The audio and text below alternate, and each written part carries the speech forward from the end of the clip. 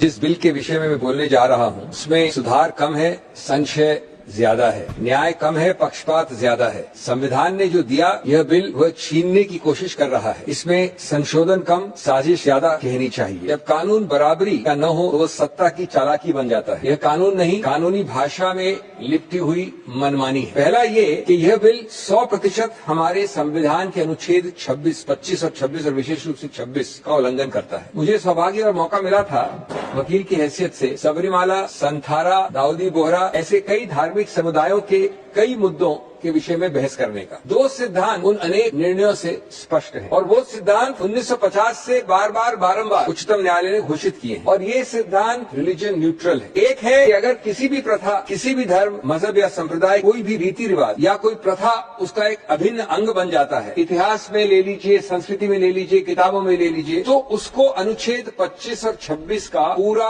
व्यापक संवैधानिक सुरक्षा चक्र मिलता है। और दूसरा, यदि ऐसे धर्म, समुदाय या संप्रदाय को अपनी संस्थाओं को स्वचालित करने का अधिकार क्षेत्र बड़े पैमाने में, बड़ी मात्रा में किसी कानून द्वारा घटाया गया तो वह खुद असंवैधानिक करार किया जाए। ये इन दो धाराओं, अनुच्छेदों की बड़ी सीधा सबक। इसके अगणित उच्चतम न्यायालय के उदाहरण हैं। हमारे दशक जो 53-54 के हैं, तब शिरूर मत, रतिलाल गांधी जैसे मशहूर केस थे। अगले दशक 60s में दरगाह कमेटी, तिलकायत गोविंदलाल महाराज जैसे मशहूर केस थे। और इनके दो उदाहरण देना चाहता हूं मैं कोट करके। रतिलाल में उच्चतम न्यायालय ने कहा, quote, a law which takes away the right of administration altogether from the religious denomination and vests it in any other or secular authority would amount to violation of the right which is guaranteed under Article 26 of the Constitution. Unquote. Tilkayat Govind Lal ji Maharaj का जो दूसरा निर्णय था, Article 26 brings out the competence of the legislature to make a law in regard to the administration of the property belonging to a religious denomination. So far so good. The denomination's right must, however, not be extinguished or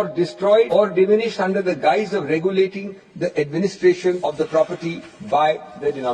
bill के clause 11 के अंतर्गत 100% मेंबरान प्रादेशिक वक्फ board के ऐसे व्यक्ति होंगे जिनको प्रदेश सरकार नियुक्त नॉमिनेट करेगी। स्वायत्ता, ऑटोनॉमी, अधिकार क्षेत्र कहां बचा एक इस्लामिक मुस्लिम ऑर्गेनाइजेशन का? 100% नुमाइंदे नॉमिनेटेड और 0% चुनावी। क्या अधिकार क्षेत्र बचा इस धर्म और समुदाय को अपने वर्गों को चुनावित करने का?